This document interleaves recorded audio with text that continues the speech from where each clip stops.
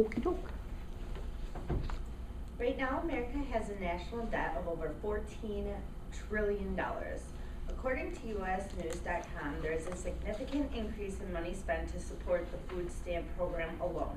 In 2001, there was 17.3 million people receiving this benefit with a total cost of $15.5 billion. This climbed to 44.7 million participants in 2011 with a total cost of $72 billion. I, like many of you or someone close to you, receive these benefits. We as taxpayers fund these assistance programs. So when people misuse them, it costs us money out of our pockets. While we need to protect the government assistance programs for the people who really need them, it is also our obligation to make sure these funds are actually going toward people who really try hard and need the extra help. I have received these benefits from programs such as food stamps, unemployment, and Medicare.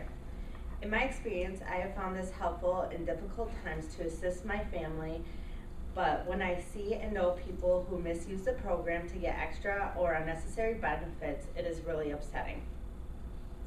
There is a misuse in government spending going on in a time when our nation is having money coming up with the money to support these programs. 64% of these funds are going towards the government assistance, according to Marcia Clement, who's a veteran social policy reporter on CQPress.com. These funds are also being used to support drug and alcohol habits.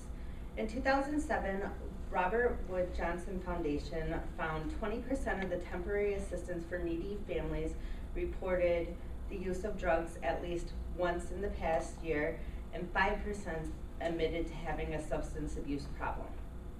According to CQResearcher.com, the government assistance programs are mandatory programs that entitle anyone who falls under these guidelines to a specific amount of benefits, no matter how much money is available.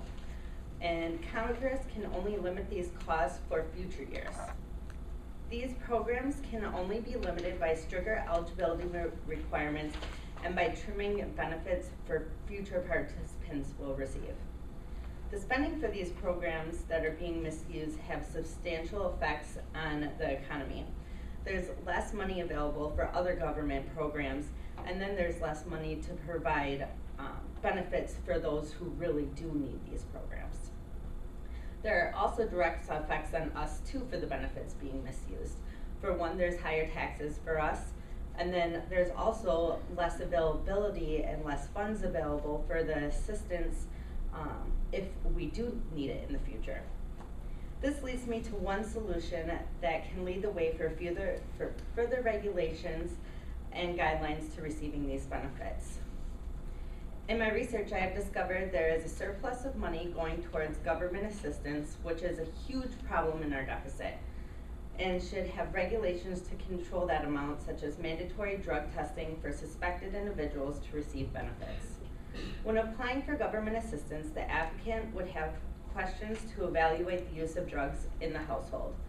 If there is a reasonable suspicion, a drug test will be required. Reasonable suspicion includes if you've been arrested or convicted of a misdemeanor or felony drug use in the past 12 months, or if you've been hospitalized for drug use. Refusal to comply will result in discontinued benefits. If you do decide to, or if the test results are negative, the fees are paid by the state, and if the results are positive, then the applicant pays for these tests. If the tests are positive, then that individual is offered treatment. If they accept the treatment, they are still able to receive the benefits, and if they refuse the treatments, the benefits are discontinued. Now, after treatment, if the benefits, if they have a negative test, the benefits will continue on as normal, and everything will be fine. If it's positive, they'll be banned again for 6 more months. They have the option to retest, and if they're found positive again, then they'll be banned for 2 years. Mandatory drug tests although will not completely disable the problem, it will significantly help lead us in the right direction to eliminate the high costs. It will help to get drug users help to and rehabilitation to get off those and get drugs out of the house. It will lower the cost for programs and for taxpayers.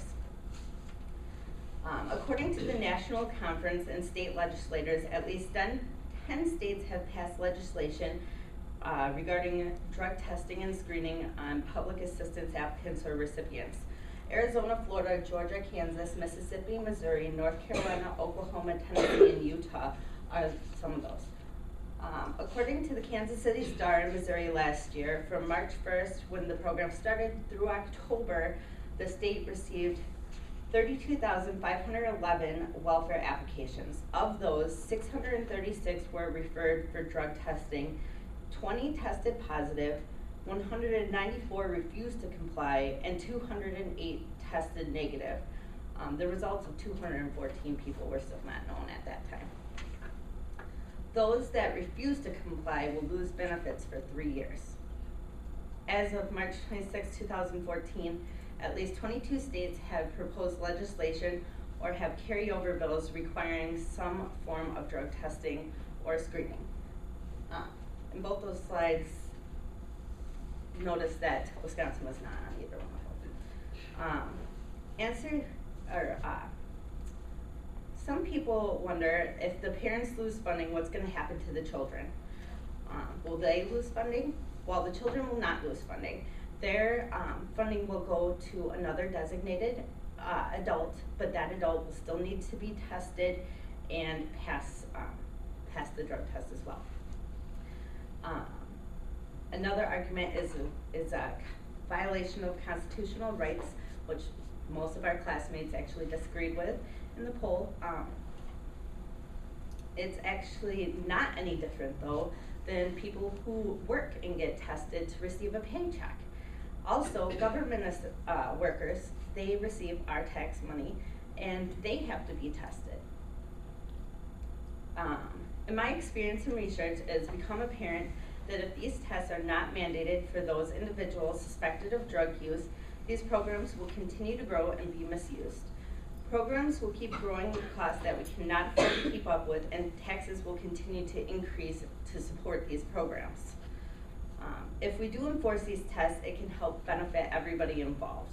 It will keep drugs out of the homes and get people into rehab, and also there'll be more funds available for those not abusing the program. Taxes will go down and the national deficit could decrease.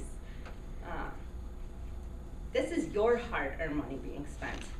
Think to yourself, if you had a friend or a family member that had a drug problem and asked you for a loan, would you just give them the money, or would you want them to get help first?